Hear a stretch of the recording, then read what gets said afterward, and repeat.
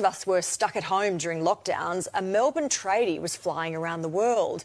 Nathan Mitzi has spent 7 years building one of, if not the most realistic 737 simulator in the country. And Mark Santomartino joined him on board. Once the cockpit door closes and Nathan Mitzi slides into position as pilot, oxygen is tested on 100%. There's no cutting corners for this concrete cutter by trade, running through a pre-flight checklist. Today's flight's going to be from Melbourne to Sydney. We've got a flight time of 1 hour. In a simulator that's as precise as he is, taking off with 180 souls on board. Melbourne Tower, Qantas 479, clear for takeoff, runway 27. Rotate. Qantas 479 are with you, passing 1,800 to 5,000. But you don't see any keyboards in the cockpit. I didn't want a keyboard or a mouse. I wanted what's in a real plane, I want in the sim. The father of two has spent countless hours and tens of thousands of dollars over 7 years realising that dream. 10 steps from his kitchen. While that house was getting built, I accumulated all the other parts, the jump seats, the doors, the overhead, the pedestal. And then when I moved in, no garden, no this, no that. It had to be the sim. Almost every part comes from a real plane via Canada's Flight Deck Solutions. That's powered by software developed in Tullamarine by SimViz, which Nathan has rigged through 3 4K projectors. The first thing is read the instruction manual.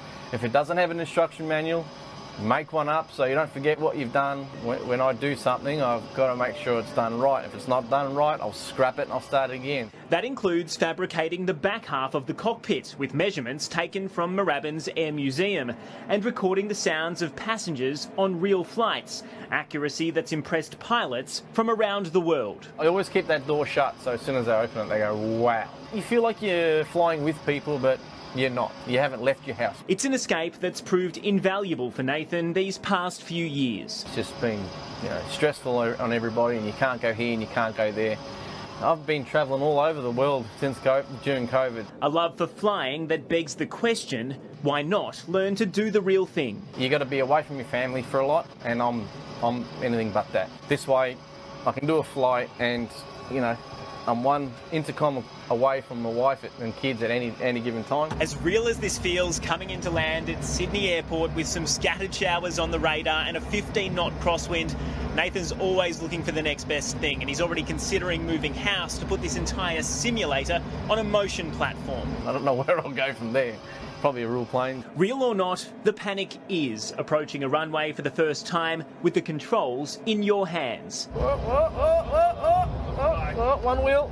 We're on 3 wheels here. There we go. Down, reverse thrust. As is the relief, landing safely. Welcome to Sydney, boys and girls. Mark Santomartino, 9 News.